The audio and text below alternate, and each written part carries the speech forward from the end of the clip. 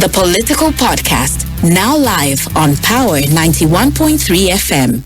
The Political Podcast, now live on Power 91.3 FM Lusaka, YAR 89.7 FM Kitwe, Power 87.9 FM Kabwe, Power 102.4 FM Livingston, and Beats TV Channel 92 on Topstar. The views expressed on this program are not the views of the platform or the presenter.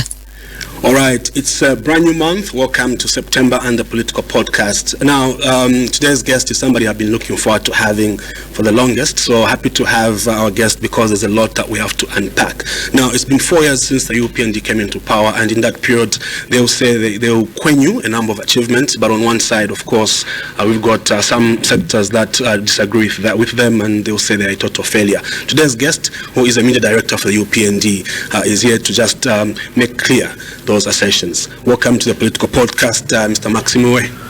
Thank you very much, Chomba, and good morning to those catching us on is it Power TV as well? Power, a number of stations, yeah. Diamond TV as well. Fantastic. Exactly. Prime Television. Fantastic. Millennium TV. Yeah. KNC Radio, Cloud FM. We have also Central Voice Television. We have Astro Television. We have also online bloggers, the agency, Open Development, CIC, Mvombo. We have implementers, to mention but a few. Yeah, indeed. My name is Yowela, and I'm glad that Simuuwe has mentioned there's so many platforms that we are streaming live from. But on our side, as the Powerhouse Media, we have Power FM Lusaka, which is 91.3, Power FM Kabwe 87.9, Power FM Livingston, that is 102.4, and of course, YAR FM in Kitwe 89.7. YAR FM will cover the whole of the Copper Belt. On Topstar, we are on Beats TV channel 92, which also is countrywide. Of course, sometime during the show, we'll open phone lines, so if you have any questions to pose to Mr. Simuuwe, feel free once we open phone lines. But for now, we get started, Mr. Simuuwe. It's been 4 years, as I mentioned. I know I have seen you list a number of achievements. I'd like you to just go through them, and on my side, I'll be taking against the 10-point plan of the UPND. Thank you very much, Chomba. To start with, I need to first of all get straight to what we told the people of Zambia. Yeah. So we will be able to fairly indicate what we have done from the list that we promised the people of Zambia. Yeah. And this is an agenda of 2022 to 2026. So if you look at our manifesto, it's very deliberate from 2021 to 2026. The 5 years. Exactly. Yeah. So we are having a conversation within that period. Yeah, definitely. Not at the close of the period, but within the period. Yeah. Yes. So let me quickly get to indicate that it is UPND's message to start with. Students at public universities, when they lost meal allowances, we told them part of our agenda is to demonstrate the relationship between nutrition and education by ensuring that we reinstate meal allowances. Yeah. And the president said, give me another chance, elect me. The moment we take over leadership, we shall reinstate meal allowances. This has been done at 2 public universities which lost meal allowances, and now to all public universities. They have meal allowances. Charimbana has meal allowances. Next, because government had started scaling down on the number of students that were accessing loans and bursary scholarships. Yeah. We had to step it up, and this time it's more than 2 times the way it used to be on accessing this facility, including to many other public universities that never used to have. We told the students, vote for the UPND and you'll have it. Yeah. This has been done. We went further to tell the people, the farmers, and told them that you voting the UPND, we shall make it easy for you to be supported with a number of initiatives, including grants, including loans, so that we can graduate from being a peasant farmer to commercial farmers. What have we done? We have maintained the FSIP. FSIP focuses mostly on the peasant farmers or small-scale farmers. Yeah. But then people could not graduate into another area of farming. Yeah. So government introduced, working with cooperating partners, SAF, a credit facility that allows farmers to have support starting from the seed, management, and indeed irrigation. As we speak, this has been part of our vocabulary. Government, when there was a drought, earmarked 17,000 farmers to benefit from the irrigation system. And this has been achieved, leading us to get what we are referring to as a bumper harvest of over 10 million tons. Just Eastern Province alone has 535,000 metric tons of maize this year. Central Province alone, over 500,000 metric tons of maize, giving us surplus maize. And what was the message from the president? The president said, can we all participate in planting more? Because in doing so, we shall reduce the price of this commodity called maize meal. Our colleagues responded and said, we cannot all be farmers. But we want to thank the people of Zambia for adhering to that clarion call by government and responding positively. A number of them planted, and we could see during the harvest, people showcasing their yield online to demonstrate the positivism with which they received the message of engaging in farming or agriculture as a business. That's what the president was saying.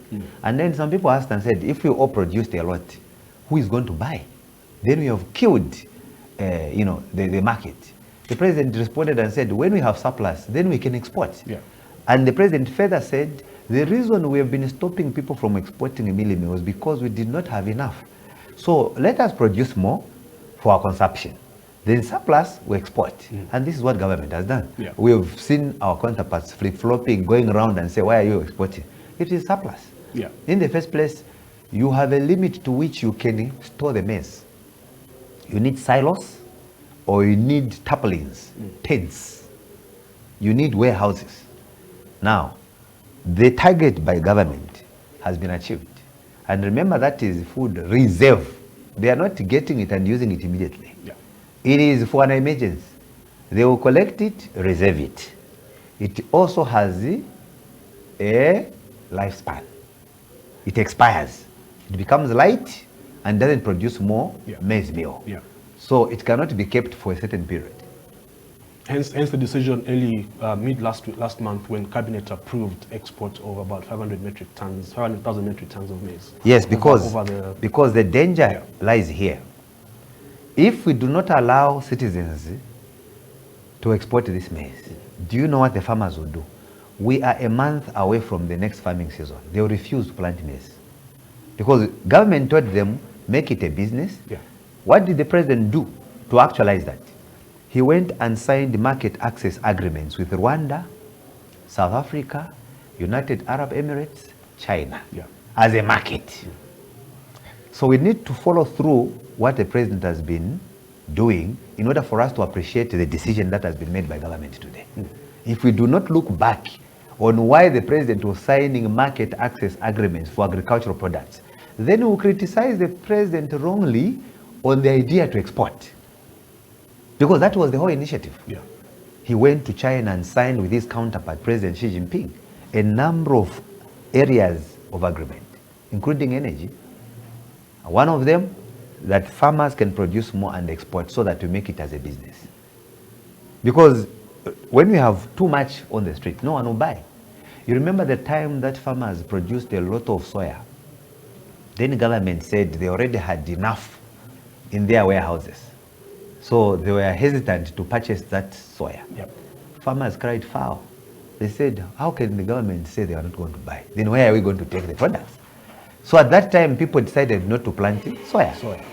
So we do not want that to be repeated. If today you are empowered, imagine government gives you a credit facility and it's a loan. Then the government tells you that the offtake agreement is between you and FRA. What that means is that in that agreement of empowering you with irrigation equipment support system,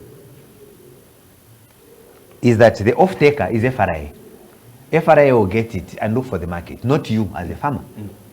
That is a promise for those that are being supported under the credit facility, that you are empowering me with all this money, equipments, and a tractor.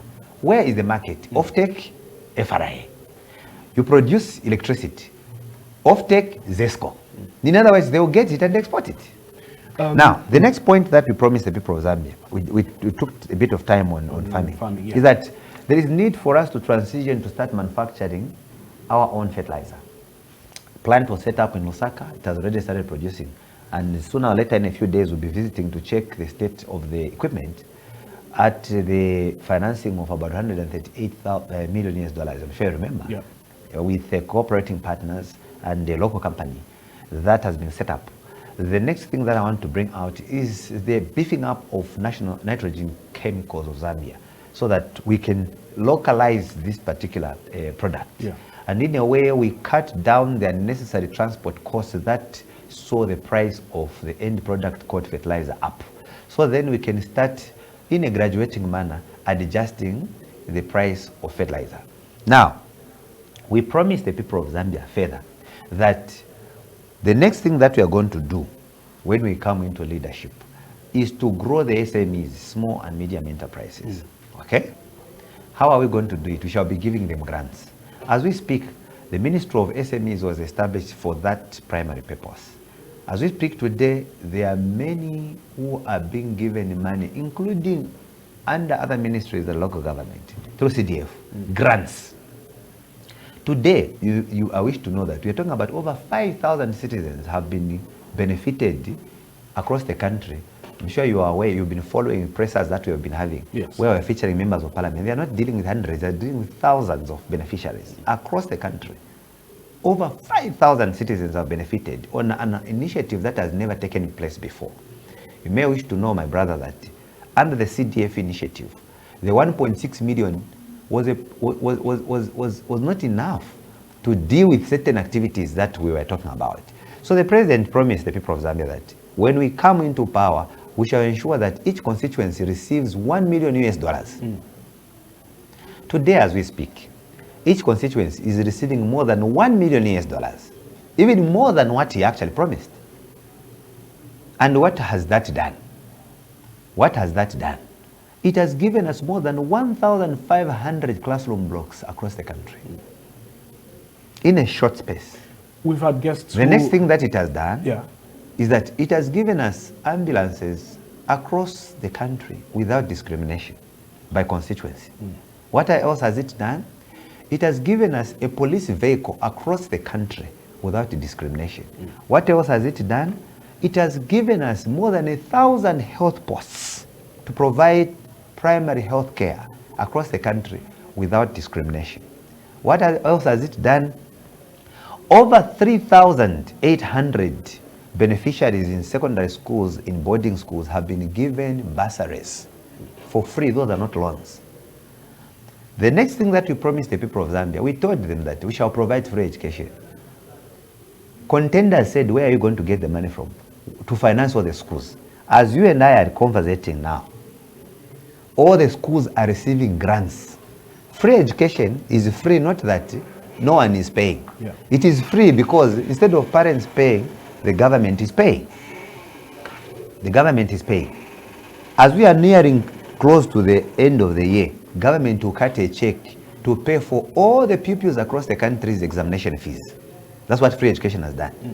From grade 1 up to 12. In addition to those that are receiving different scholarships. The next thing that we promised the people of Zambia, we promised the people of Zambia that institutions like Power FM will be given a space to feature wherever they want. You can now prove to the listeners that we have actualized that. Previously, you would not feature wherever you wanted. You know my background with the media. Of course, Exactly. You would not feature wherever you want. They will shut it down. They will even regulate the topics that you are having. They will count the guests that you have in a month. And if you feature the opposition more than 7 times, they will ask why. They basically got into the newsroom, the production room, to regulate activities. The next thing that I want to bring out, which was a matter of promise, is that we promised the people of Zambia that we shall get into, this is the part of the thing that we are discussing, we shall get into the alternative source of energy. I'm sure you remember the president could be talking about countries that are desert countries. And when the president went to Israel, people said, what is he getting from Israel? One of the things that he got there was to understand more about climate smart agricultural technology, which we are now embracing under the initiative of irrigation farming. Yeah. Secondly, to set up certain green energy facilities, acknowledging that ZESCO was badly managed. You remember that previously we had a time when we could see foreign nationals driving ZESCO vehicles, and people feared ZESCO was going to be taken over. When government came in, we found about $1.6 billion owed to various institutions. Government has so far managed to pay over $1 billion to various institutions owed by ZESCO, to unbundle ZESCO so that ZESCO can stand again on its limbs and begin functioning. Yeah. We realized just a local institution, Mamba Corridors alone, was owed $500 million, almost equivalent to Eurobond. We have unpacked that, giving this particular company called Mamba Corridors enough impetus to invest again into power generation. And you saw the president going there for the groundbreaking ceremony, where we envisage 300 megawatts to come from there, in addition to the existing 300 megawatts that they have. Then, out of the trip that the president undertook to China, we saw ZESCO engaging into an MOU with China Power. As we speak, part of the things that they agreed upon, it was to set up 100 megawatts solar plant at Kariba North Bank, another one in Kashggi, Gorge, another one it is Tezi, another one Chisamba, and then I think we are talking about another one in Wapula. Yeah. Now, the point that we are now trying to raise is that while these things are happening, the UPND promised that foreign investors were leaving the country because of poor policies, because of tax policy inconsistencies. When we come in, we shall open Zambia's frontier in terms of trade and investment. And now Zambia tops as one of the best investment destinations. Not debatable. And where has it left us? I've a channel of visuals. Where has it left us, my brother? Where it has left us is us fulfilling the promises in the mining sector. We said we shall revamp the mining sector. Mopani had collapsed. Kansanshi was almost packing, leaving as well, because government was having takeovers, illegal takeovers, in the name of what they called failure to adhere to certain statutory obligations. KCM was liquidated. That FQM I've mentioned, it was almost leaving. What have we done today? Just a week ago, the president was commissioning S3, which is expected to get us about 1,500 direct jobs and more than 7,000 indirect jobs, adding more value to the production of copper and export to this country. The president's focus is that Zambia must hit 3 million tons annually. So all these initiatives are there to take us there.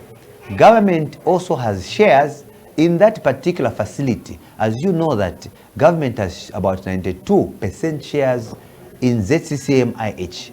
So through ZCCM-IH, billions of US dollars trickle into this economy. Apart from that, billions of US dollars are coming through various taxes, different royalties that we are collecting from these mines.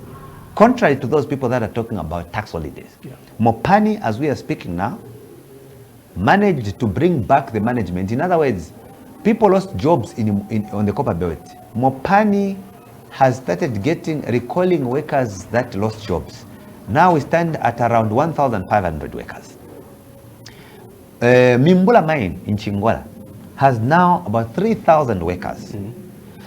KCM also is around 1,500 today. Then we have Shaft 28 in Luansha, which was standing at around 100 because they are doing dewatering. After they've done with dewatering, removing the water, then they can engage in the underground mining activities, which will also add to the quantum of the targeted goal. Copper yes, output, exactly on an annual basis. Mr. Simuuwe, now, you've tackled a number of issues that I'll get to in certain questions, especially on mining. But with so far, and I know there's plenty of achievements that you can attest to, UPND is guaranteed for victory next year. Yes or no? That one is not, shouldn't even be a question in the first place. It should be part of our vocabulary. Yeah. You get the point? Yeah. I can't even be surprised if President HH goes through unopposed.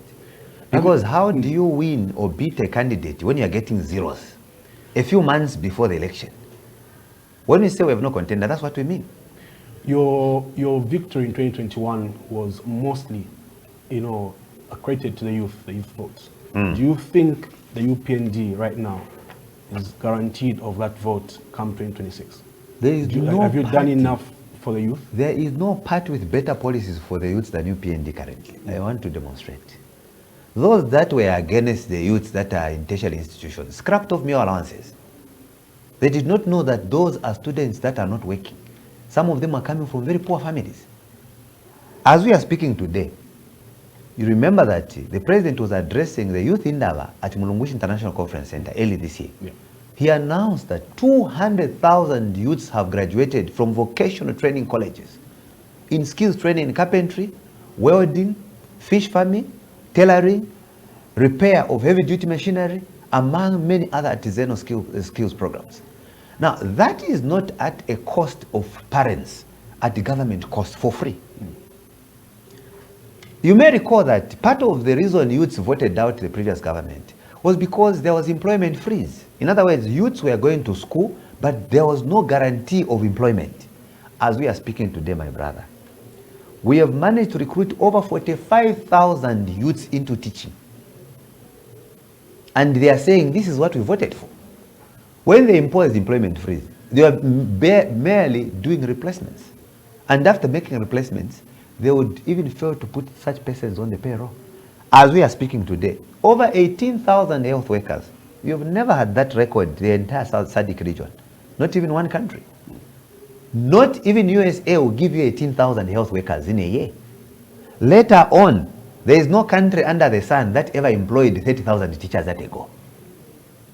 I'm talking about under the sun, planet Earth created by God. That's why when this happened, your president was invited to address the European Parliament. These are not jokes. We understand that these are youths who are also getting free education. When they get free education up to grade 12, they have hope that they can go for ZNS, they have hope that they can go to ZAF, they have hope that they can go to Zambia Army, they have hope that they can go for immigration. They are employable. And because this is not discriminatory, that is why we have had even by-elections in so-called opposition stronghold then, such that even councillors belonging to the opposition have been recruited and they have gone for by-elections. I'm sure you know that. They have been recruited as teachers and as health workers. Previously, we came from an environment where if Chomba is known to associate with another party, they will not employ you. Today, we have more than 15 by-elections created because opposition councillors decided to go for it. You see, youth started joining politics with qualifications at their time. And they decided to stand as councillors to get a 3-pin. When we came into power, they realized it was an opportunity for them now to live their dream. They dumped the councillor position and got recruited as teachers. That's the sanity that the president has brought. Most importantly, peace, my brother. Peace. You know that we come from an environment where an opposition leader could go through the rooftop, Sun FM. Where we have come, you would be speaking knowing that anytime there will be youths coming with machetes to attack you. The president, upon being sworn in, started with his own youths and told them, whoever will break the law will be on their own. Journalists, my brother, were living in fear. You may not even have a guest. Early in the morning, you're having a breakfast show that is critical for the government. They'll come and attack you. If they don't do that, they'll suspend your license. If they don't do that, they'll close or shut down your media house completely. So, a lot has improved. Talking about winning, UPND is not even fully preoccupied with it. It's like a normal calendar for us, 2026. That's why our focus is on what we have done and what we promised the people of Zambia. So having said that, there is no strategy in at least making sure that victory is guaranteed. Because I'll be honest with you, Mr. Simuuwe, on the ground, we've heard people complain that some MPs from UPND are not actually doing the work. Now, so even just yesterday, as the president was hosting the students at State House, I read on social media that, well, for the president, from the youth, it's Kwenyu, but for some members of parliament in the government, they feel they haven't achieved in the 4 years. Now, that is what happens in a democratic dispensation. Yeah. You should all agree that there are some disagreements, okay? That is why there is also opposition. So some people would say, okay, the president is Kwenyu, but some MPs do not perform well. Yeah. That's what happens in a democracy. It should not be a debate, because these are elected by the people. Yeah. It's the people that see. But also we must be very careful and contextualize the issues. When you say on the ground, who is saying on the ground? Today you hear PF callers saying, we voted for you to change these things. How did the PF caller vote for UPND? They will not say the PF, you will tell from the top. No, but I'm saying, we'll be opening correct, I agree with you. I'm saying, they will tell you that we voted for you to do ABCD. Yeah. But before the elections, some of us that were appearing on different forums, they were saying, you will not go to State House. Yeah. You will never win. Even now, we vote against you. But the people of Zambia decided. And as the trend is, my brother, UPND is incomparable. Go to facts in the by-elections. You cannot have a situation where you're talking about UPND going next year, and the people that you believe will beat UPND are getting zeros. Yeah. Meaning, if a candidate they fielded in is coming from that particular polling station, even the candidate has voted for somebody else in UPND, that's what it means, for you to get a zero. Now, when UPND realized it was about to form government, it was commanding a secondary position consistently. Then, when we lost by-elections, it was neck to neck, not landslide. Then we knew PF was gone. Today, you have people getting a zero saying UPND is going tomorrow. How possible is it? Then secondly, they will say, no, every party when it is in government, they always win by-elections. That's not true. You know where you are seated here that I used to interview presidential candidates, including Mr. Sata himself. Yeah. I would tell you that I would be interviewing him, it's on record. You will say, we have grabbed this seat from MMD, we have also grabbed this one, we are also grabbing this one. Yeah. It was clear PF was going to win. They started with one MOP. They moved to about 22, 23 members of parliament. Remember those who were expelled? Yes, yes. You can't beat a contender in an open contest like next year without a member of parliament. The opposition, what do you think of the opposition right now?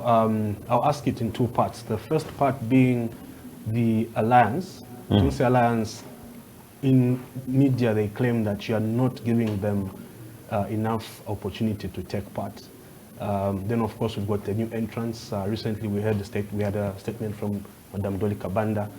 Are you scared of, I know the Tunisia Alliance had a press conference 2 weeks ago where they're saying despite the issues with the burial of the president, the former president, they are planning on starting to mobilize for next year. Does this, I know you're saying you don't count the opposition right now, but what do you feel is going on?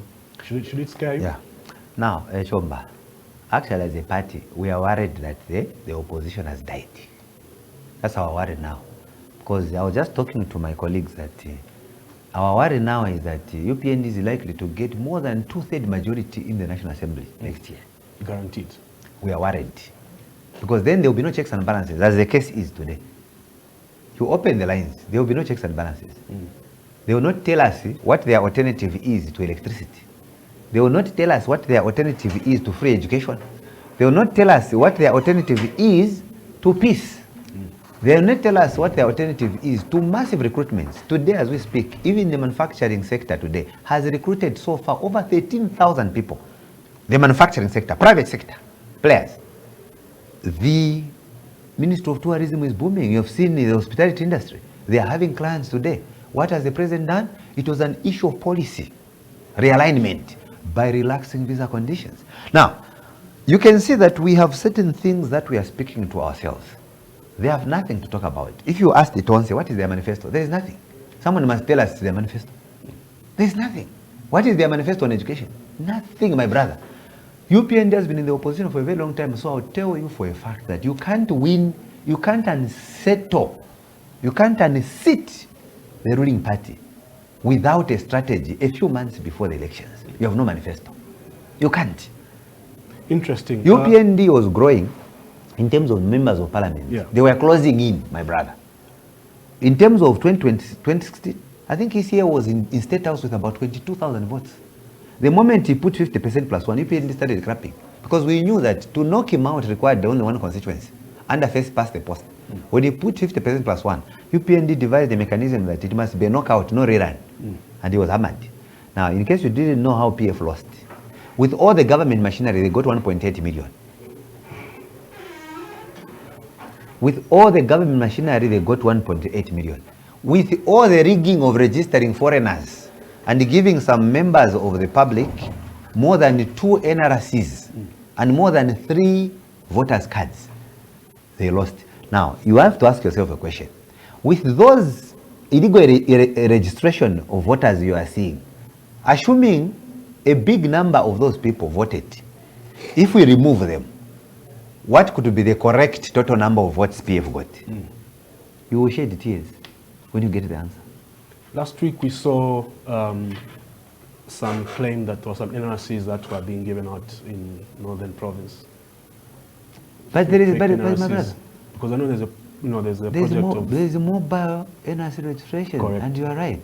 So if it was going on in Northern Province, that time it was going on in what they were calling strongholds. They should be happy because some of them still claim Northern is their stronghold, but it is not. Yeah. If you want to understand, I'm glad you are Bemba, because I understand Bemba than anything other my language. grandmother So is listening perhaps to you more right than, now. She more will than call you. you personally because Exactly. she claims me as from Northwestern. Yes, or from Northwestern. Lamba, now, yeah. Oh, okay.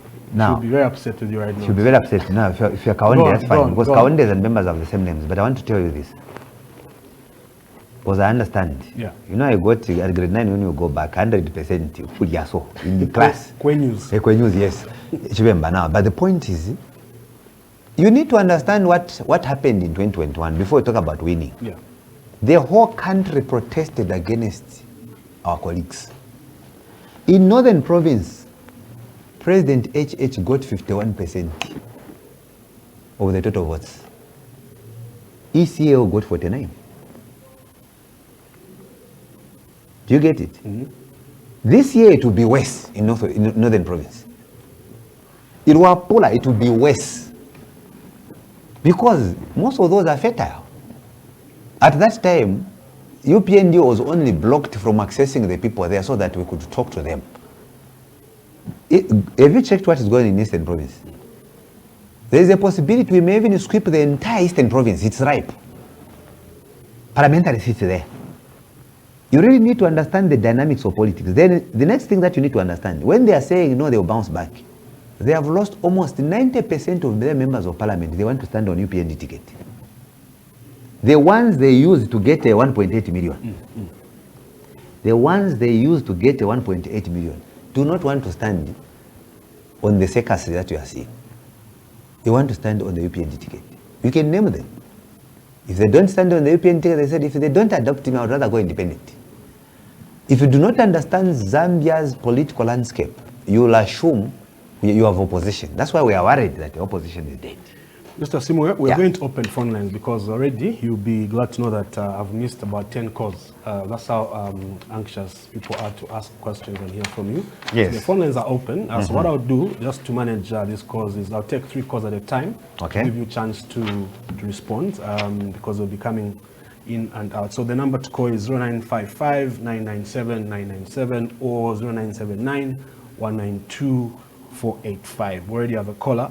Good morning. Good morning. Hello, good morning. Okay. As we get more calls coming, Mr. Simuuwe, I'll ask, what is the government's plan? Or can I ask to say... Assuring of a peaceful issue-based campaign towards next year's elections as government? We have demonstrated, starting with the president. You have a head of state who says whoever breaks the law is on their own. We can take him by his word. In the 4 years. Okay, I think we have a call. Yeah, please. Hello, good morning. Hello, good morning.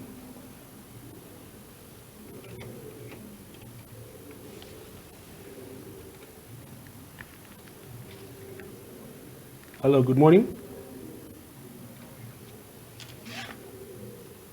Hello, good morning. Hello, good morning. Good morning, thank you. How are you, sir? Fine, thank you. Your name and where you're calling us from? Thank you very much, sir. This is Uncle VC calling in from Kambanani. Okay, Uncle who? Uncle VC. Uncle VC, please go ahead. I'll ask you to be very quick because we've got a number of calls that will be coming in. Be quick with your question. Thank you very much. Uncle Simuuwe, how are you, sir? Fine, thank you. How are you, VC? I'm all right, thank you very much. My contribution this morning is on the development that we are able to take in this country in the UPND government.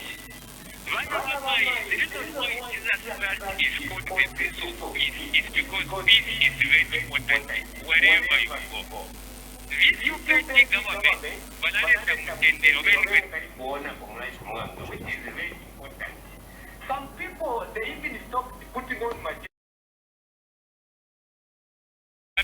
Prime TV.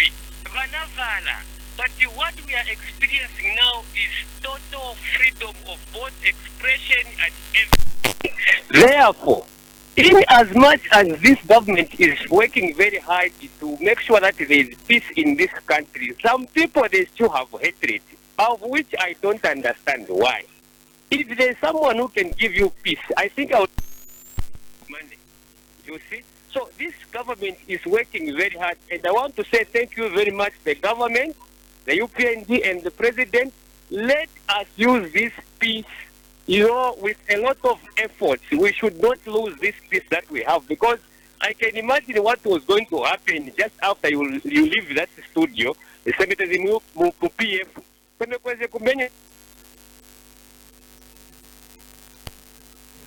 Okay, we seem to have lost calling from Kanyama.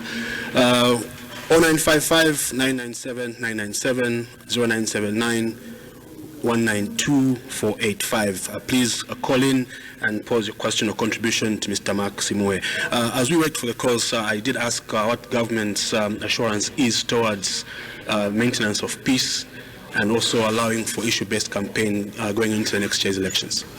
Yes, so a thing speaks for itself. UPND promised that people will not be attacked for wearing other party regalia. Yeah.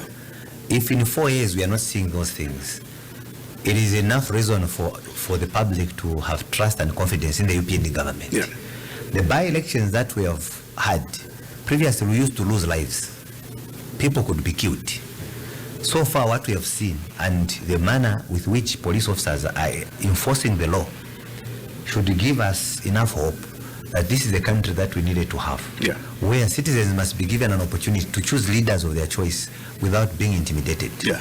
And because there was too much violence, a number of women stayed away from politics. The number of participants from our female folk started to dwindle in terms of those that aspired for public office because of insults, because of, a hate speech and all those things, to mention but a few. But with the way things are going, you are likely to see more women now coming on board. You are seeing now more youths wanting to participate. So this is as it should be. Further, I should mention that indeed I agree with the VC. There is cash for work, which has been received by countries across the world, the regions. Yeah. Because we want to destroy this particular mindset of people wanting handouts every time. That work pays. They do a little bit of work, they are given something.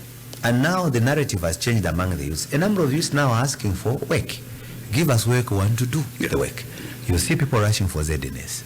You see people, for the first time after many, many years, you can have the local government advertising for legal councils in council so that we can better regulate these government institutions. So most of these town councils have got legal counsel, so that there is guidance on the acquisition of land, there is guidance on procedural issues within the local authorities. For the first time, you have the council, announcing that they are now able to even collect levies in markets. You could have 1-2 isolated instances where certain members perceived to be UPND may have misbehaved, but then government comes in quickly to extinguish the situation. Yeah. That should give us confidence that the country now is under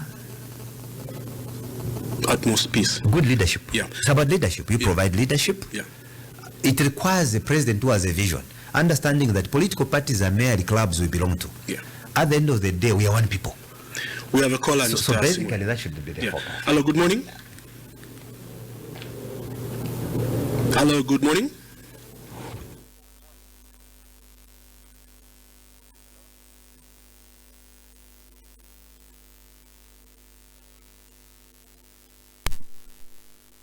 Hello.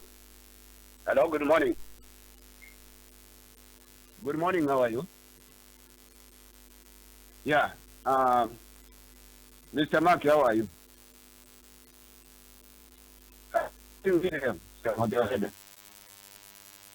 Hello. Hello, please tell us your name. My name is Elvis. Hello. Hello, good morning. Yeah, I'm getting you. Mr. Moderator. How are you? If you are getting me, let me go ahead. Good morning, Mr. Simuuwe. What you are speaking there, Mr. Simuuwe, is the correct thing to say. This is online. You see, the UPND has brought a lot of development in this country. If I can translate one, I'm not going to take care. One, the removal of pressure. But it is coming back to back situation. Freedom of expression works more. People are able to express themselves freely. There is political violence in the point. We are avoiding that. Balance the cabinet. Every cabinet means the province has got a cabinet minister. There are freedoms of media freedoms where TV, radio stations, you can go to a radio station without being attacked. Equitable development in the market. TGF is being distributed equitably in all consumables. The rule of law, you have maintained the rule of law. Increase the budget and the grants to the Ministry of Health. All those are the values of the UPND. Come to the employment of 60,000 health workers by market. You have done that.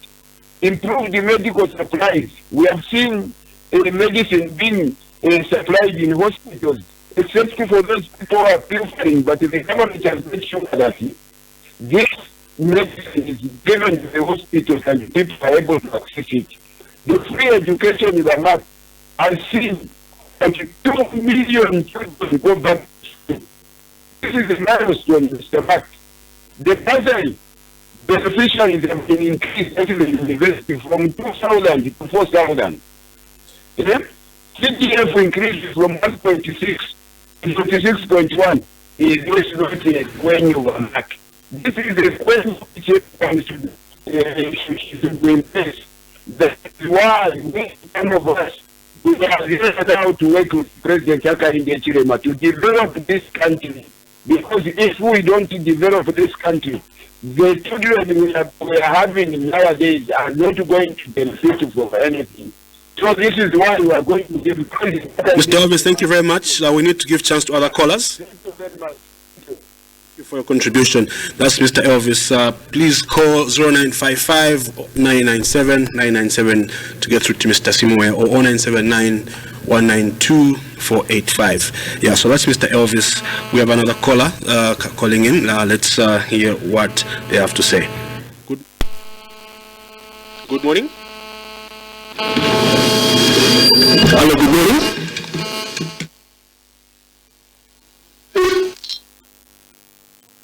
Right. right, we are struggling with our call there. Maybe I'll allow Mr. Simuuwe to just make a comment. He's just literally just gone through the list that you gave when we started. Agreeing with you. And yes, I did, yes. Yes. Apparently, you know that Elvis was actually PF, you know that. No, I didn't know. No, I'm telling you. Very staunch and aggressive caller. Okay. Yes, so he agrees with the UPND. He's a farmer right now where he is.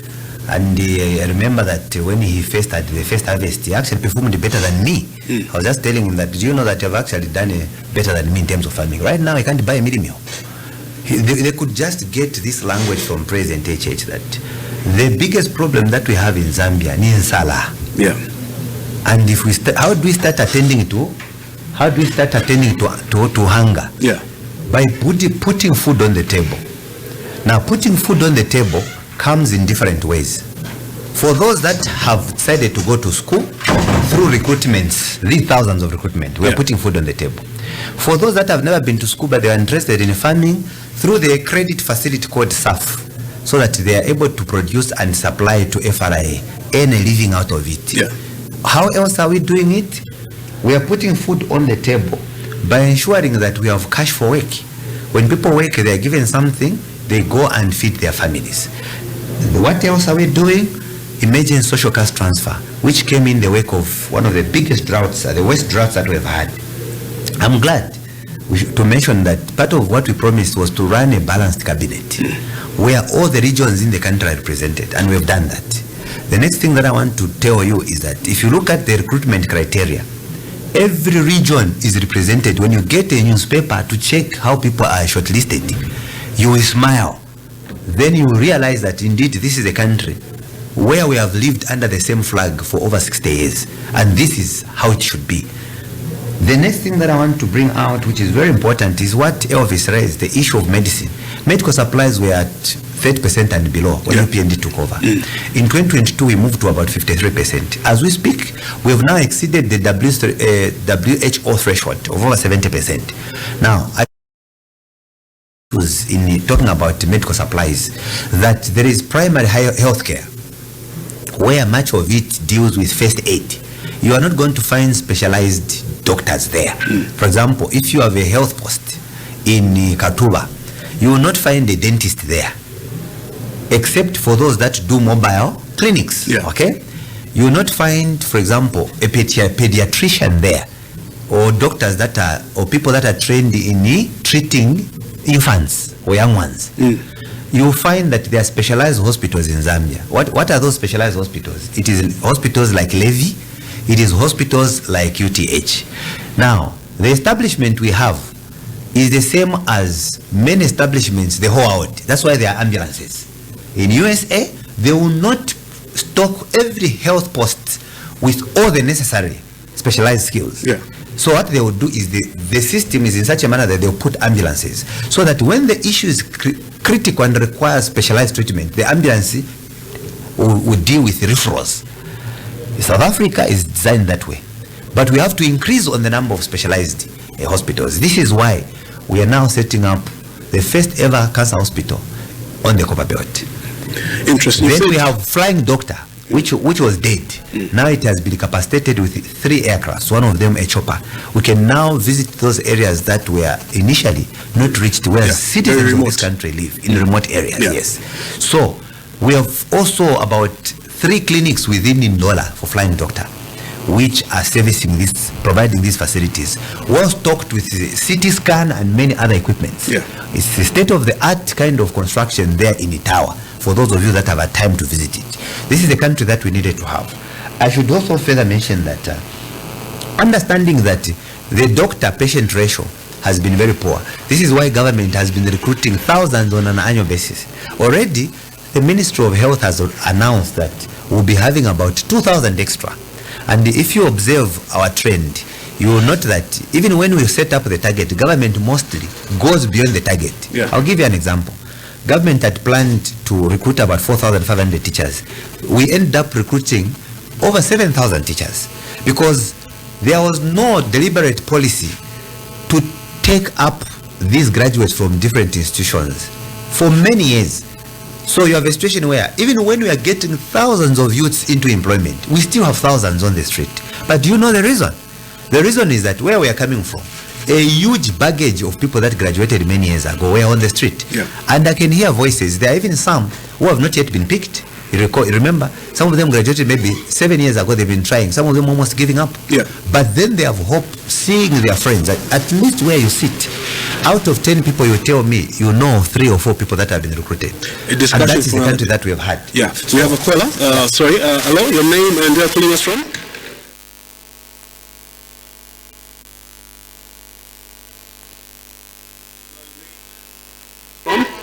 Hello. Oh dear, we are struggling with our line there. Mr. Simuuwe, well, before you leave the issue of medicines, what do you make of the issues around ZAMSA? Because I know we can't turn away from that fact now that you've mentioned the issue around ZAMSA and the audit that was taking place. Because there's reports that some medicines didn't reach their intended shelves. Thank you very much. It called for the president. Because other than just having the Auditor General's office was not enough. Had it not been for a president, you are not going to know anything about ZAMSA in the first place. So, in other words, he rejected preliminary reports and said, no, I'm going to sanction to someone external auditors. Where is the medicine? He could not accept reports in the manner that they were given. He had to sanction foreign forensic auditing firms, and they are the ones that have made you to understand what is going on. Yeah. After he did that, then what happened next? Government published the findings of the auditing reports. Another issue again is that you are not going to know if government never told you, so that when you hear people being fired and being arrested, you do not say these people are being abused by the government. First of all, he has shown you what is there, so that when action follows, you will know that government means well. Because we have sometimes petty debates where we believe even certain individuals cannot be touched because they come from certain regions. You get the point? Yeah. So that when a decision is made, you agree with the government that yes, decisions must be made in that manner.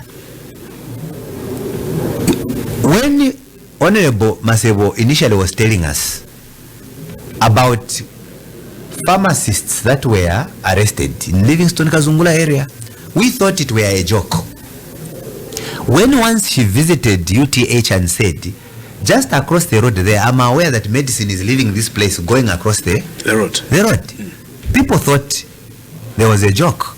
But it's because she was given certain reports which she gave the president. You need to understand the background of ZAMSA. Yeah. The minister says, look, I've been talking about these things. Unfortunately, the people that are stealing are not politicians, my brother. They are civil servants.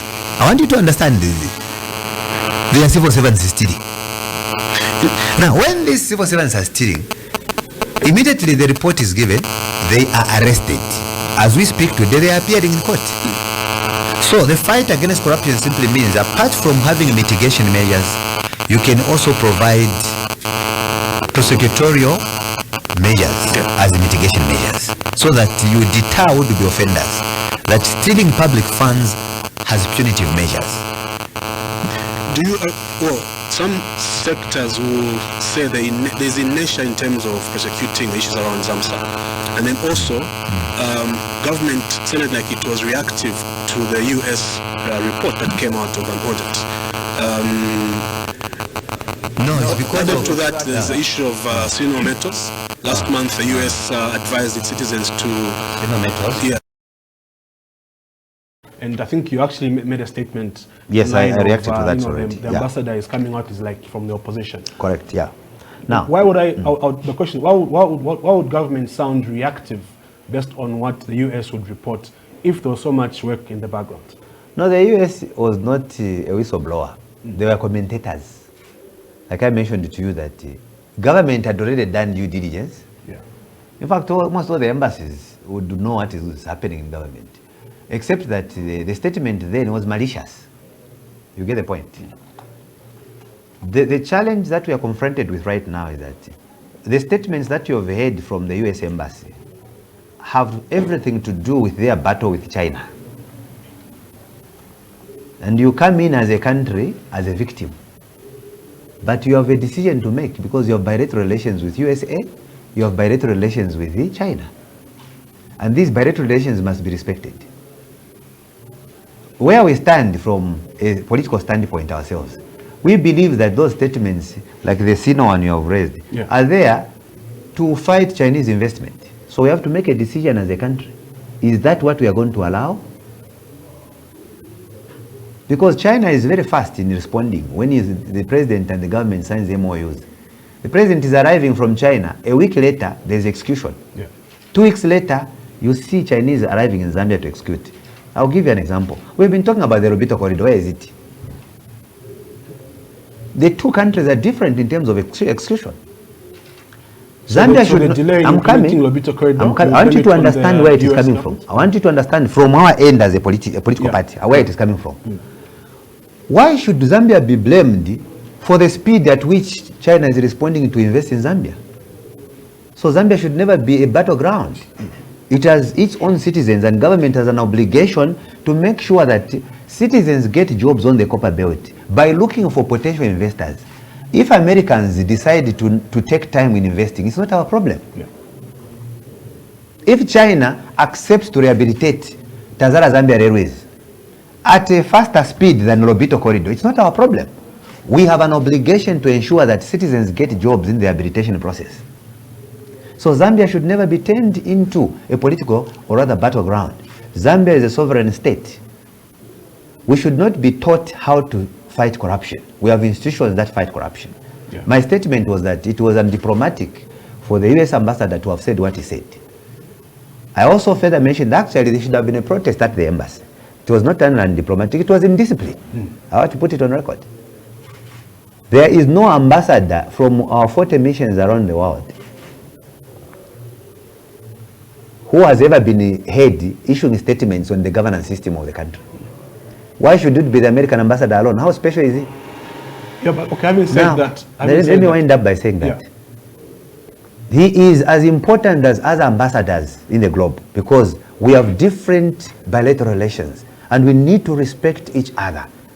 Imagine I go to USA today, I start calling on people in Texas to vacate or to vacate Florida, and yet they have got the local municipalities there that tell the citizens, the residents in Florida that they will be what?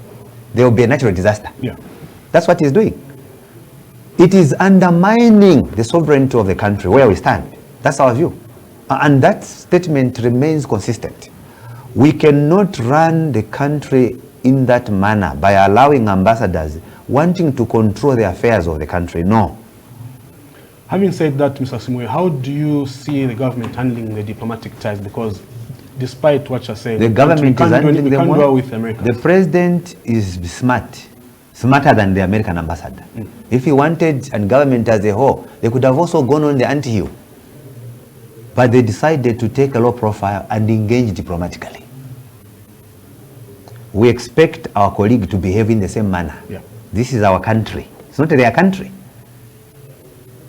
They have come here on bilateral relations. We should not be told what to do. When they give us support, it's purely on diplomatic lines. Government has not refused to fight corruption. People have been arrested. But they should not interfere with the justice system. In the same manner that you as a moderator would not want to see the president interfering in the justice system. Because there are three organs of the state. The president belongs to the executive. How do you want the president to speed up the process when he's not a member of the judiciary? It's a clear lack of understanding or deliberately doing so. And we are hearing some embassies financing local media houses to push the agenda of fighting certain investments. We have picked that. And how much money they are pushing in? Over $1 million being pushed in. Some ambassadors have immunity. They should not drag us too far. We'll sort them out ourselves. We'll use politics to sort them out. This goes to all the embassies. Zambian missions respect other countries, hosting countries, and would want them to do the same. From where we stand as a political party, we may know even more than what you are seeing now. We are only calling on the Americans. They have been there for us. They have been very helpful, especially in the area of health. We want to continue with the same relationship. It has been a good relationship. Yeah. They should not deliberately spoil it because Zambia has bilateral relations with China. It doesn't work like that. Yeah, indeed. It doesn't work like that, my brother. Indeed. We're still getting calls. Hopefully the line will be sorted. 0955-997-997, 0979-192-485. Just remember that we are live on Power FM Livingston 102.4, Ya FM in Kitwe 89.7, Kawe it's on 87.9, that's Power FM, and of course here in Lusaka it's Power FM 91.3. The number to call is 0955-997-997 and 0979-192-485. We've got Mr. Simuuwe with us. He's a UPND media director. Let's talk about mining. In fact, before we do that, fight against corruption. We've hosted the likes of Kasonde Mwenda, Harry Kalava here on the show, who were very much in the forefront, writing off the UPND on the premise that you're not doing enough to fight corruption, the issues of load shedding, as much as you're saying there are so many power plants or so many initiatives around energy that are being commissioned by the president, load shedding is still an issue which is affecting businesses. What would be your comments on that, Mr. Simuuwe? Thank you very much. We appreciate the importance of having checks and balances from the opposition, because that is what forms part of a successful democratic dispensation. But we also need to be very careful when we are engaging our colleagues. Hari Kalaba was the minister under PF. There was load shedding. He had no answers. And what we expected from him is a roadmap to ending load shedding. But it's very difficult for them to talk about a roadmap because we have provided a roadmap, except it's long term. You can never have a short term measure. It is very costly to choke you to resolving the problem of energy in Zambia. We have to be very realistic. Had other governments that were before the UPND invested in alternative sources of energy other than hydro, we would not have been where we are today. So the message from the UPND in the opposition was that we shall invest in green energy, except we were overtaken by natural disasters. Had it not been for the natural disasters, we could have been investing these solar plants you are seeing around with ease.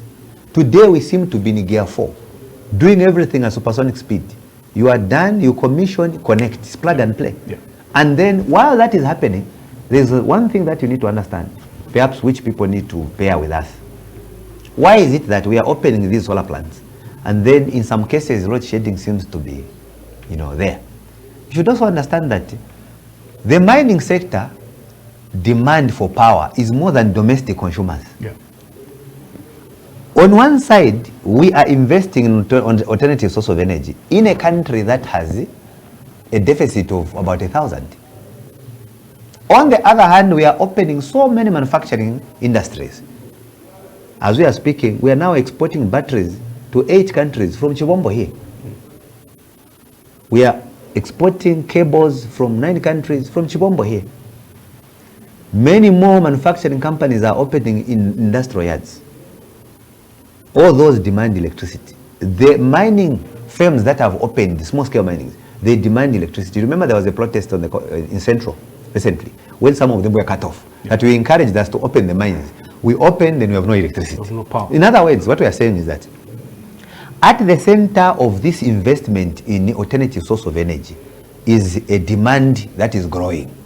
The growing demand in the mining sector. Thereby creating what looks like a disjoint. But we know where power is going. The very fact that the president was commissioning S3 should remind you that all machinery requires a lot of electricity. So what do? We don't sit back, but government continues to take this as an agenda. And you have heard of the presidential solar project 1000, targeting 1000 megawatts. Using the solar, there is also net metering, where under net metering, all private sector players are allowed to connect to the national grid with the help of ZESCO, which has that offtake agreement. And then you earn a living out of that. You do business with ZESCO. This particular institution called Power House can set up solar panels on top, invite ZESCO, they inspect, they advise, connect, and they can have an income out of that. So these are initiatives. The other thing is that private sector players are also allowed to import power and be able to sell, as opposed to the way it used to be. Let's try and get this ZESCO has also signed about 29 MOUs, I'm sure you heard, out of about 31 MOUs, which are directed towards resolving the problem of electricity. No one says there is no load shedding. Load shedding is there. I'm aware at the same time that I was engaging ZESCO. There are about 15 compounds within Lusaka. No, there are about 7 or more compounds within Lusaka, where they have now increased the number of hours they should have electricity. I'm sure you've picked that information before. My home have 3 hours of load shedding. 3 hours of power. So they've increased in some areas already. But you also need to understand that there is a demand which is growing sharply. There is also an investment which is a process. So eventually we'll get over this particular problem. Now, when we hear our colleagues speak, what we anticipate in a functional environment of checks and balances is a politician who is going to give us an alternative. But they have no answers. Let's try and pick up this question. And I'm sure you've never heard me responding to Kasonde. You've never. So I will respond to Kalaba. He's my friend. But I must mention that we expect that information to come. Let's try and get this call. Good morning. Your name and where you're calling us from? Hello, good morning. Good morning. Hello, good morning. Okay, so today it's unfortunate. And I really wanted people to get through to pose questions, but we get a lot of. Which networks are you using there? All the networks. All the networks are misbehaving. All the networks are misbehaving. So it's unfortunate, but our engineers are working towards it. So it's not the networks, it's your engineering. Well, they will find out. Let's try one more time. Hello, good morning. Good morning. Good morning. You're to the political podcast.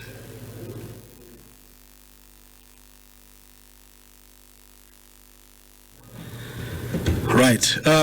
Mr. Simuuwe, I know you're a busy man, so we'll be winding up. I would like you to, we started with... so have you heard on Zamsa? Zamsa? Government has taken a position. Yeah. That was not a whistleblower, he was a commentator. Then our understanding from a political standpoint was that it was, the statement was ill-intended, it was not in good faith. And our view is that Zambia is not a battleground. We have citizens to save. They should not suffer because of their own trade competitions. We will not tolerate that as a country. Then the next point that we want to is that we respect all embassies in the country, you know, because in opening these embassies, they follow international law, and we would want them to respect Zambia's sovereignty. Exactly. Sir. Hello, good morning. Hello, good morning.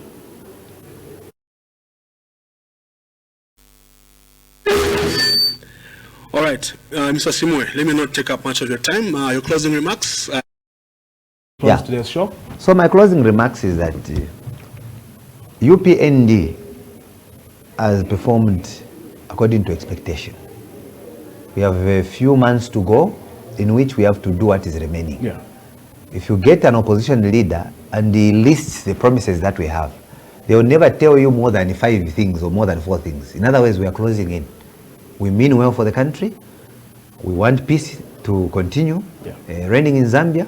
We want media houses to remain practicing their professionalism, their professional activities without interference, to also help bring to the fore the clear picture of what government is doing. We also anticipate a situation where we look forward to someday a more formidable opposition, maybe after 2020, so after 2031, which can create constructive checks and balances, where we will raise an issue of free education, they are also giving us the opposite.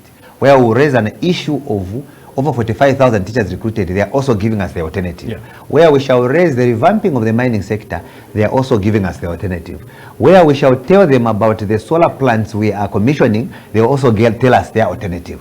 Where we shall tell them the solution that we have to electricity load shedding, they also give us an alternative. That's the kind of opposition we are looking for. We are moving from name calling, character assassination, because that's the game they know well, and deliberately we've opted to go for the things that affect the people of Zambia. And further, and without we are anticipating another successful rain season based on the reports that we are going to get from the Meteorological Department, and we call on many Zambians to continue planting. The market to be created by government, as they have done. Yeah. We plant more so that we become a food basket in the region, so that we can deal with this animal called hunger in the country. We need to work hard. There's no country anywhere in the world where government and its citizens never worked hard. There is no country in the world where people sat back and waiting to be fed. We all need to put in something where we are given an opportunity to do so, so that we can together run a country successfully. And you are assured moving forward from the UPND administration that we still live by what the president has pronounced. Whoever breaks the law is on their own. We want to continue to uphold the rule of law for all citizens. But we should as well be responsible enough that while practicing politics, let us not shield politicians even when they break laws, simply because we want to score politically. Because that's what has been hurting our country. We should deal with every situation premised on the available legislation that we have. I thank you. Thank you very much, Mr. Simuuwe, for having come through to our political post. Hopefully we can see you again very soon. And next time, we'll make sure the phone lines will come through. Exactly, so that we can interact with citizens. Exactly. That was today's show. My name is Yowela Chomba, and we had Mr. Simuuwe, Media Director for the UPND, with us. Let's look forward to next week's guest.